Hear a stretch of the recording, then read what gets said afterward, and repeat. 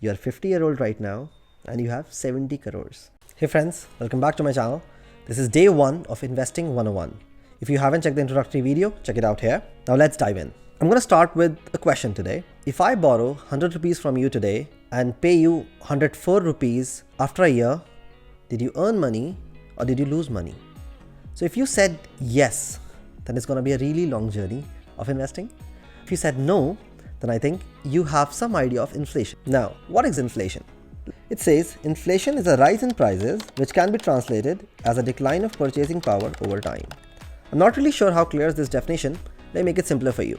Let's look at this chart of India's inflation from 1987 to 2028. See, it started with almost like 8.59% in 1987 and then declined and then rose above. It was a brief period of time when it was really low, like in 2000 to 2004. It was around 4%. But if I come to the current situation of India right now, in 2022 and 2023, we were at almost like 6%, 5%. That is the range it goes. It's actually the official figure of inflation. The real inflation is actually way higher than that. Let's not go there. Now, this basically means that the prices are increasing at a rate which is almost like 6%, which basically means that if your money is growing less than this percentage, then you're actually losing money and not earning money. Let's make it even simpler. Back when I was a kid, I used to go to a sweet shop. I used to buy samosas there. The price was 2 rupees per samosa. I used to give him 10 rupees. I used to get 5 samosas from that shop. Now imagine if that 10 rupees, if I had saved that and kept it in my piggy bank or something, and now today, 15, almost 14 years later, I take that money out, I go to that shop, I would just get 1 samosa from it. So which basically means, what happened?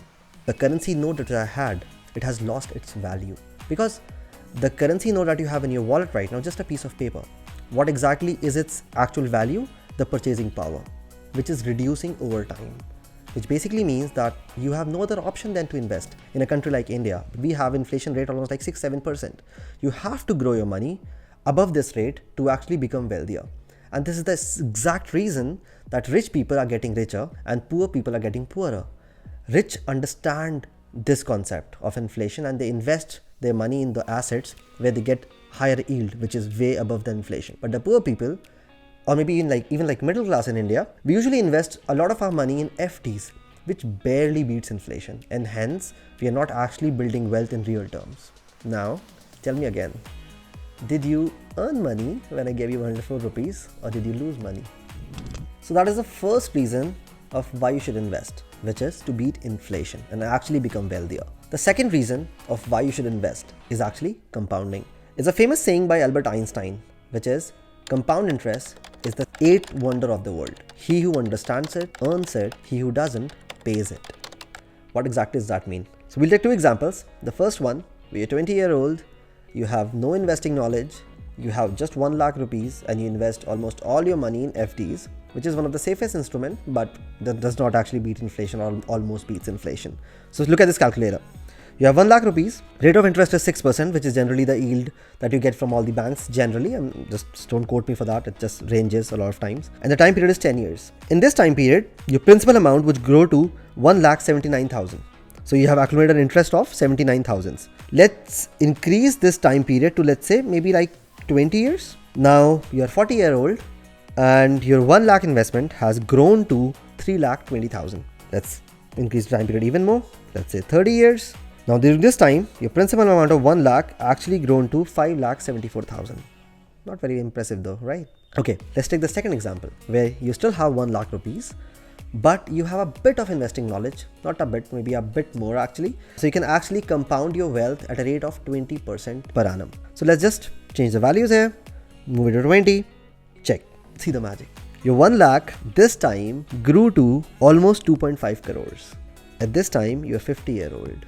But you knew investing, you could compound your wealth at 20% year on year, which seems not that enough to be honest, as you see, and if you're a beginner especially, you would feel like, oh, 20% is just alright. But no, the difference that the 14% actually creates this much amount of difference. You have 2.5 crores when you're 50. A good amount.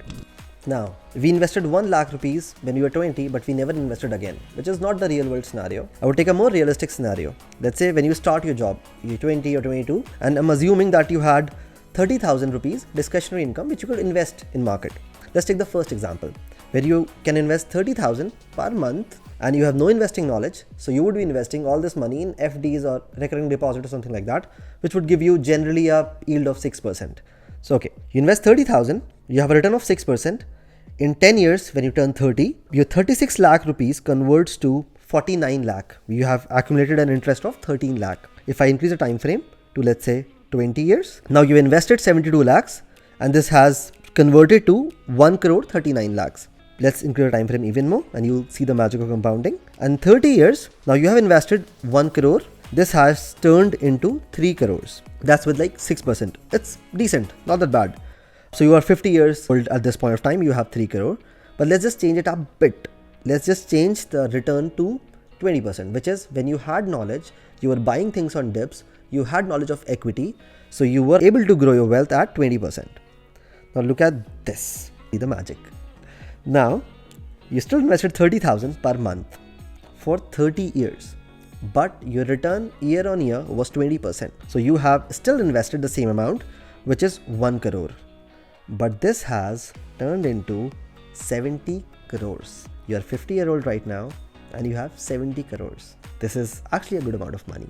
I don't think a lot of people know this and they walk in this direction. I can reduce the time frame even more because the agenda, the goal of this YouTube community is actually retiring early.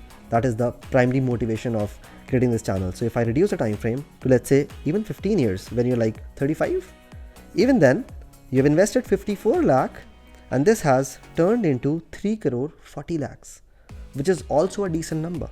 Because if you have 3 crore 40 lakhs and you are getting 20% year on year, which basically means you are getting almost 68 lakhs every year as 20%, which basically means almost like 5 lakhs a month. I'm not including tax and everything else. So you still have almost 5 lakhs a month, which is a pretty good amount of money there to live your life. I'm assuming that you can actually live your life pretty happily and could have time for your hobbies if you actually earn 5 lakhs per month. If you like this video and if you want to know more about this and you want daily commentary from me, check the description. You'll find Telegram channel there and you would also see a WhatsApp community. Consider joining that. And if you had any question, literally anything related to this video, please type them into the comment box. I will try to reply to as many questions as possible. And if you really like the video, please like it and subscribe it because I really post videos every week. So if you would subscribe the video, you'll have a notification and you'll have a chance to watch it. Thank you so much. Take care.